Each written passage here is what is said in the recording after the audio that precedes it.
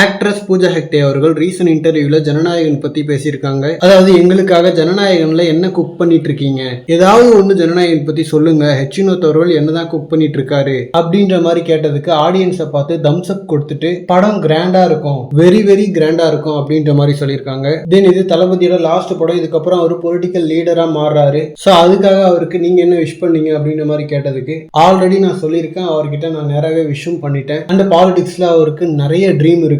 So அது எல்லாமே நடக்கணும்னு சொல்லிட்டு நான் விஷ் பண்ணிக்கிறேன் அப்படின்ற மாதிரி சொல்லியிருக்காங்க. அண்ட் பழைய மாதிரிலாம் இல்லை, இப்போ எல்லா ஆர்டிஸ்ட்டுமே எதையுமே ரிவீலே பண்ண மாட்டாங்க. அந்த பர்டிகுலர் படத்தோட ப்ரொமோஷன் எப்போ ஸ்டார்ட் ஆகுதோ அப்போதான் அந்த படத்தை பற்றி பேசுறாங்க. பட் படத்துக்கு நல்ல விஷயம் தான், அது முன்னாடியே ஸ்பாயில் ஆகாமல் இருக்கும். அண்ட் நாளன்னைக்கு ரெட்ரோ படம் வேற ரிலீஸ் ஆகுது. ஸோ படம் எப்படி இருக்க போகுதுன்னு தெரியல, ஓரளவுக்கு பாசிட்டிவாக தான் இருக்கு ப்ரொமோஷன்ஸ் எல்லாமே. அண்ட் பூஜா ஹெக்டே அவர்கள் இந்த படத்துக்காக கொடுக்குற ப்ரொமோஷனல் தமிழ் இன்டர்வியூஸ்ல மோஸ்ட்லி எல்லாத்துலேயுமே சேரீல தான் வராங்க. ஸோ அது பார்க்கவே நல்லா இருக்கு. ரெட்ரோல இருக்கிற அவங்களோட கேரக்டருக்கு மேட்ச் ஆகணும் அப்படின்றதால அந்த மாதிரி வராங்கன்னு நினைக்கிறேன். ஸோ ஒரு நல்ல விஷயம் தான், படத்தோட தீமை இதுலயே கொஞ்சம் மெயின்டைன் பண்றாங்க. அண்ட் பூஜா ஹெக்டே அவர்களுக்கு தமிழ்ல கண்டென்ட் ரீதியா முதல் வெற்றி படமா இந்த ரெட்ரோ இருக்குமான்றதை வெயிட் பண்ணி பார்க்கலாம். அண்ட் இந்த மாதிரி தளபதி பத்தின ஹாட்டான அப்டேட்ஸ்க்கு நம்ம விஜய் ஃபோர்ட் சேனலை சப்ஸ்கிரைப் பண்ணுங்க. தேங்க்யூ.